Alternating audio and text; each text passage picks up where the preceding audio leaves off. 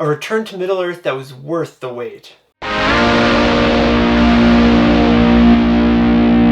The Hobbit, The Desolation of Smaug is the second part of Peter Jackson's Hobbit trilogy based on the children's book by J.R.R. Tolkien. In the film, they pick up right where the first one left off, and they continue their journey towards the Lonely Mountain. Through their adventures, they run into some elves, have a little conflict. You know, the guys you saw in the prologue of the first Hobbit movie that basically were like, we're not helping you defeat this dragon. They also end up in Lake Town, a fishing village built right on the doorstep of the Lonely Mountain where Smaug is laying. I'm going to do this review a little differently. Go through first what I didn't like and then what I liked about the film. One of the things I didn't like about this film was the first 30 minutes. It was very fast paced and it was just rush here, let's quickly meet this side character and then we have to leave him and go to our next quest. It felt very just hectic and frantic. And that leads me into my next point. I don't like that they went from 2 movies to 3 movies. I think The Hobbit should have been 2 movies even though it's just one children's book and it's very small. This movie feels really just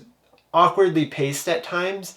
I could tell that this whole beginning they really wanted to grab the viewer because a lot of people had complained about the first one having such a slow start that they were like, okay, we're gonna make this a breakneck speed. From what I understand about when their plan was to just do the 2 movies and where they would end the first one, it was about halfway through this second film. And kind of thinking about it and paying attention to that, I was like, yeah, that would have been a better ending and a better first movie and probably a better second movie. And again, the special effects and CGI at times were still cartoony. That was one of my biggest problems with the first Hobbit film is the character of Azog looked like a cartoon.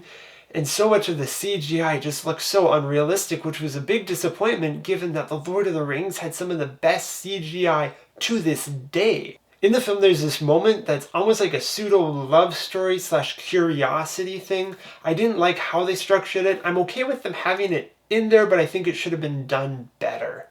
And one other thing I didn't like, but I think a lot of people enjoyed in this film, was the character of Legolas.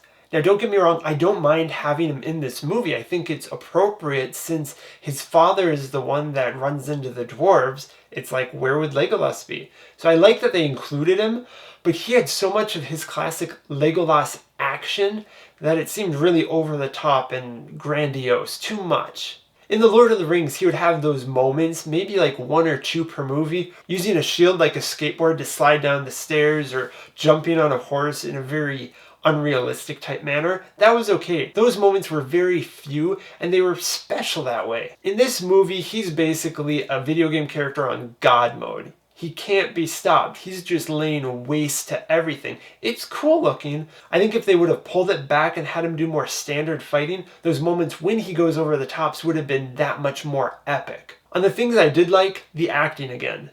Peter Jackson has like this amazing, strange connection with Middle-earth and just nailing every single acting role in these movies. Thinking back on The Lord of the Rings, there's no problems I had with any of the acting. The Hobbit, again, no problems with the acting. Directing at times, maybe, but the actors nail these roles. In the first Hobbit film, I thought Martin Freeman was great as Bilbo Baggins, completely believable, the perfect choice. This film, he's even better. I don't even need to say anything about how great Ian McKellen is as Gandalf, because that's his role. Richard Armitage really comes forward and captures that role of Thorin even more in this film.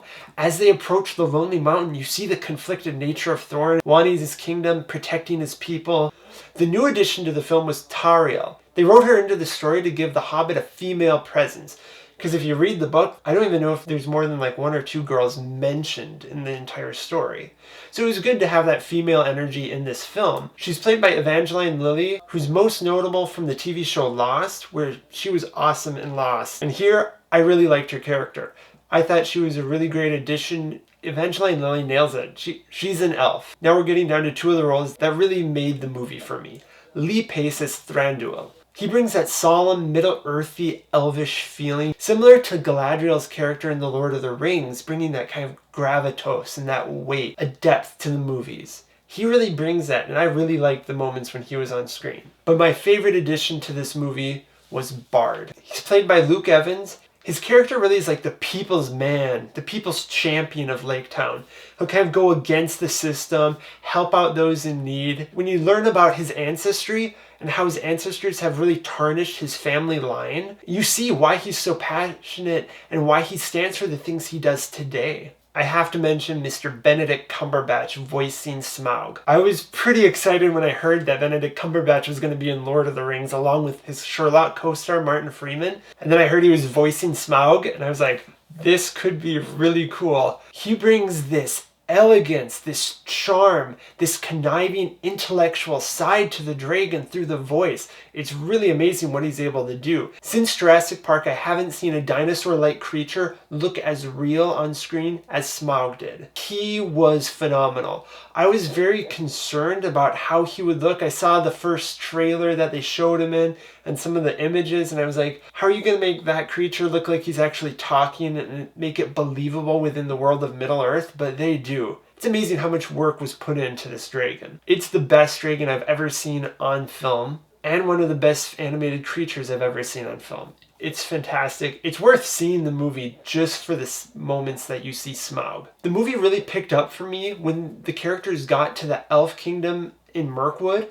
That was when I was like, I feel like I'm back in the Lord of the Rings, the Middle Earth of Lord of the Rings. I really felt that in Mirkwood and then also in Lake Town. Those were two moments that I was like, I really, really like this film. And again, in this film, you have themes of loyalty, honor, friendship, self-sacrifice. The Lord of the Rings have so many themes woven in, and they all tie back to like friendship and honor and loyalty, kind of those medieval epic themes. And they're just woven throughout The Hobbit again. There's not as much cartoony violence as in the first Hobbit film, but still with animated orcs, you're able to get away with a lot more because people realize they're not real. There are quite a few decapitations, arrows being shot in the head, a couple limbs being hacked off. Younger viewers might not like that. They might get scared by that at times. Smaug can be scary when he comes on screen. Him and Bilbo have a battle of the wits, and that can be really frightening at times. But overall, The Desolation of Smaug was a great step up from an unexpected journey. I'm really excited to see where they go. The ending surprised me. I went into the film having 3 or 5 ideas where they could end it, and they surprised me by where they picked.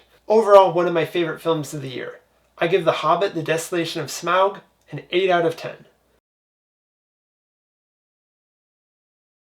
Please comment on this video, like it, subscribe to the channel, more reviews coming your way.